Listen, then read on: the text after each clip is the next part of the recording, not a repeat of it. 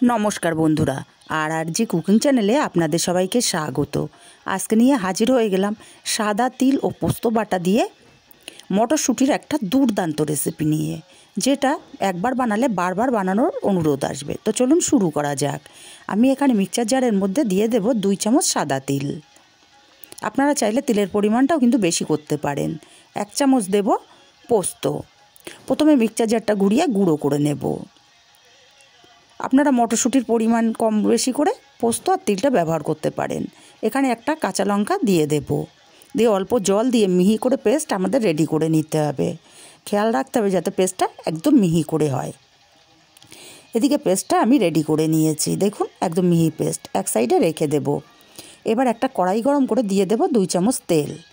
তেলটাকে গরম করে নিয়ে এখানে একটা শুকনো লঙ্কা চিড়ে দিয়ে দিলাম, দিয়ে দেবো কিছুটা কালো জিরে। শুকনো লঙ্কার কালো জিরেটা ভাজা ভাজা হলে এখানে দিয়ে দেবো 1 মুঠো পেঁয়াজ কুচি। পেঁয়াজটা কিন্তু একদম মিহি করে কুচিয়ে নিতে হবে। পেঁয়াজটাকে নাড়াচাড়া করে হালকা কালার চেঞ্জ হওয়া পর্যন্ত ভেজে নিয়েছি। এখন এখানে দিয়ে দেবো 2টো চেরা কাঁচা লঙ্কা। অবশ্যই ঝালটা যে যার স্বাদ অনুযায়ী দেবেন। কাঁচা লঙ্কা চেরা 2টো দিয়ে একটু নাড়াচাড়া করে নেব যাতে কাঁচা লঙ্কার ফ্লেভারটা চলে আসে। হালকা নাড়াচাড়া করে নিয়ে এবার এখানে দিয়ে দেব हाफ चामचेरो कम हलुद और हाफ चामचेरो कम लंकार गुঁড়ো। आबारो बोलছি झालटा जे जार स्वाद अनुयायी देवें। मशलाटा आरो किछुक्षण नाड़ाचाड़ा करे नेब। कयेक सेकेंड नाड़ाचाड़ा करे निয়েছি। एबार एखाने दिए देब 1 बाटी मटरशुटी। आमी एखाने 1 बाटी मटरशुटी व्यवहार करছি, आपनारा मटरशुटिও कम बेशी करते पारेन। स्वादमतो लवणटाও এখন দিয়ে দিলাম। এবারে মটরশুঁটিটা আর হ্যাঁ বন্ধুরা, এই রান্নাটা কিন্তু একদম প্রথম থেকে শেষ পর্যন্ত লো ফ্লেমে করতে হবে।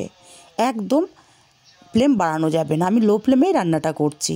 আর লো ফ্লেমে আমি মটরশুঁটিটাকেও 2 মিনিট এইভাবে নাড়াচাড়া করে ভেজে নিয়ে এখানে পোস্ত আর তিল বাটাটা দিয়ে দিলাম। এবার লো ফ্লেমে এইভাবে কষিয়ে যাব তেল ছেড়ে আসা পর্যন্ত। নাড়াচাড়া করতে করতে দেখুন মটরশুঁটি আর তিল পোস্ত বাটা থেকে তেলটা ছাড়তে শুরু করেছে। এখন মিক্সচার জারটা ধুয়ে খুবই সামান্য একটু জল এখানে দিয়ে দিলাম আর কয়েক দানা দিয়ে দিচ্ছি চিনি। খুব ভালো করে নাড়াচাড়া করে মিশিয়ে দেব, দিয়ে একদম লো ফ্লেমে ঢাকা দিয়ে রান্না করব 2 মিনিট। 2 মিনিট পর ফিরে আসছি। 2 মিনিট পর ঢাকাটা খুলে নেব আর এইভাবে নাড়াচাড়া করে एक्सट्रा जलटाके शुकिয়ে নিতে হবে। এই রান্নাটা একদম শুকনো শুকনো হয়, তাই জলের ব্যবহার খুবই কম করতে হবে। দেখুন এক্সট্রা জলটা শুকিয়ে গেছে।